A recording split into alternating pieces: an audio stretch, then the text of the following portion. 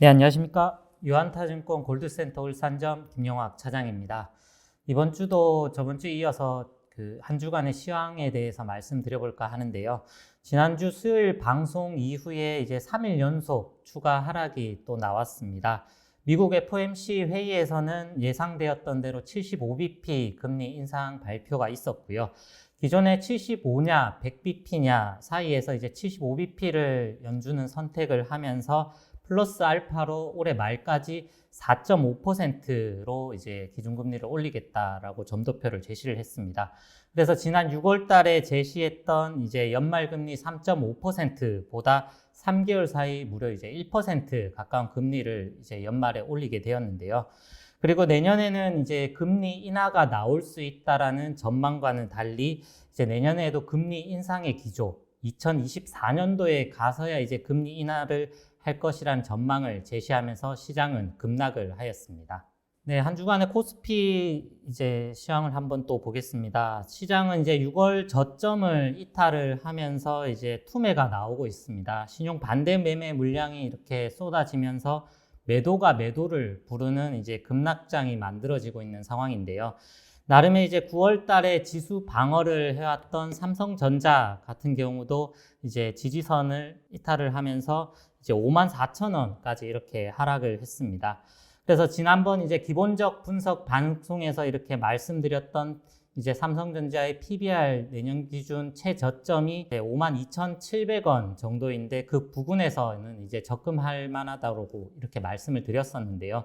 벌써 이제 그 수준 정도까지 이렇게 하락을 한 상황이고요. 그리고 지난번에 말씀드렸던 LG에너지솔루션 기술적 분석 방송 이후 그래도 상승 추세를 지속적으로 좀 만들었었는데요. 이 종목 같은 경우도 50만 원을 돌파를 했다가 이제 기술적 분석 방송에서 말씀드렸던 지지선인 이제 44만 원 부근까지 다시 재차 하락한 상황입니다. 그리고 환율 수혜주라고 불리던 이제 현대차, 자동차 업종도 이렇게 하락을 하면서 이탈을 한 상황이고요. 주도 업종이던 이제 신재생에너지, 조선, 방산업종 모두 하락을 했었는데요. 하나솔루션 같은 경우는 인적 분할과 물적 분할을 동시에 발표를 했습니다.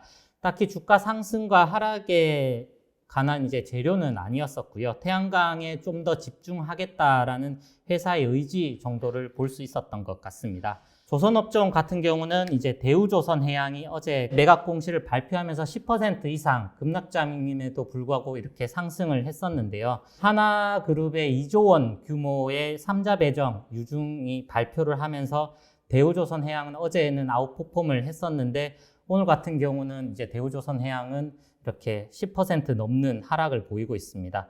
2조 원 규모의 신주를 발행하다 보면 기존 주주들의 이제 주주가치 희석 우려가 바로 발생을 하기 때문에 오늘은 어제 상승했던 부분들 이상으로 이렇게 급락을 만들어내고 있는데요. 다음으로 이제 볼만한 종목 현대미포조선을 한번 보도록 하겠습니다. 현대미포조선 같은 경우는 이제 전일 하락하긴 했지만 최근 반등 추세가 그래도 좀 견고한 그런 상황인데요. 11월 달에 있을 MSCI 편입 가능성이 상당히 높은 종목 중에 하나로 이렇게 점쳐지고 있습니다. 그렇다 보니 편입 이전에 이제 상승률이 한두 달 전부터 선반영된다라는 그런 통계가 있기 때문에 현대미포조선은 그런 수급의 영향으로 이렇게 좀 강한 상황이고요. 참고로 MSCI 모건 스탠리 캐피털 인터내셔널 지수는 2월 달, 8월 달에 분기 리뷰가 발표가 되고요. 그리고 5월 달, 11월 달에 반기 리뷰로 이제 정기 리밸런싱이 있습니다. 참고하시면 좋을 것 같습니다. 네, 다음으로 시장에서 가장 중요한 지표인 달러 환율을 한번 살펴보도록 하겠습니다. 환율은 지금으로선 전혀 방어가 되지 않고 있는 상황입니다. 기대했던 한미 통화 수합은 현재로서는 힘들어진 그런 상황이고요. 한국은행에서 여러 가지 대책들을 내놓고는 있지만 실제 환율을 방어하기에는 역부족인 그런 상황입니다. 2008년도 금융위기 때 환율이 1,597원, 거의 1,600원 가까이까지 올라간 이후에 15년 만에 거의 최대치 수준으로 올라가고 있는데요. 지난주에도 말씀드렸지만 현재로선 한미 간의 금리 차이가 더욱 확대되고 그리고 미국 중심의 제조로 이제 개편이 되고 있고 그리고 영국처럼 글로벌 긴축에 역행하는 감세한 발표로 이제 단기간에는 환율의 추세는 계속적으로 지난주에 예측했던 것처럼 이어질 것으로 이렇게 보여지고 있습니다. 그래서 딱 어디가 고점이다, 과거 경험적으로는 판단하기는 아직은 어려운 그런 상황입니다. 네, 다음으로 살펴볼 이제 기업은 마이크론 테크놀로지입니다. 국내 삼성전자와 이제 SK 하이닉스 반도체 업종의 바로미터가 되는 이제 미국의 반도체 회사인데요. 이번 주 주요 이벤트로 이제 마이크론의 실적 발표가 예정이 되어 있습니다. 한국 시간으로 금요일 새벽에 발표가 될 예정인데요. 이제 어쨌든 3분기, 4분기 실적 추정치 하향은 이미 이루어지고 있고, 이제 주가는 상당 부분 삼성전자와 마찬가지로 하락을 하고 있는 상황입니다. 현재로서는 실적 부분에 대해서는 기대할 부분은 없는 상황이고요. 다만 실적 발표 이후에 3분기, 4분기 이후 반도체 업황이 어떻게 될지에 대한 코멘트가 어떻게 나올지가 좀 중요합니다. 이후 다음 주에는 삼성전자 잠정 실적 발표가 예정이 되어 있습니다. 2분기까지는 이제 기업들이 앞으로 물건이 잘 팔릴 것이라는 이런 기대감에 과잉 재고를 쌓았었고요. 그로 인해 이제 눈에 보이는 실적은 상당히 좋게 나왔습니다.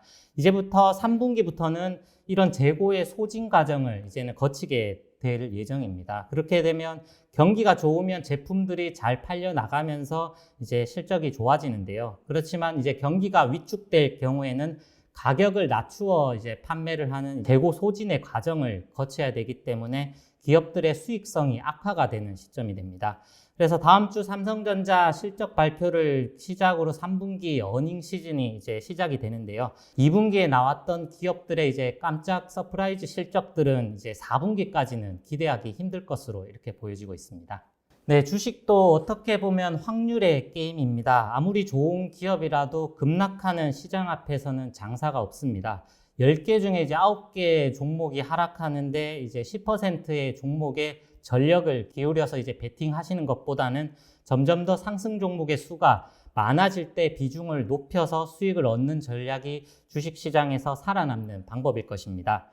11월 8일에는 미국의 중간선거가 예정이 되어 있습니다. 미국도 현재 급락하는 주가를 앞으로 방치하지만은 않을 것으로 이렇게 보여지고 있습니다. 그래서 10월 중순 말까지는 지난주에 말씀드렸던 것처럼 아직은 인내심을 가지고 더욱 기회를 기다리는 것이 좀 좋아 보이고요. 이제 좋은 기업이 시장의 하락으로 인해서 이제 빠진 게 어떤 것이 있는지 찾는 시간을 그 기간 동안 좀 가지면 좋지 않을까 싶습니다.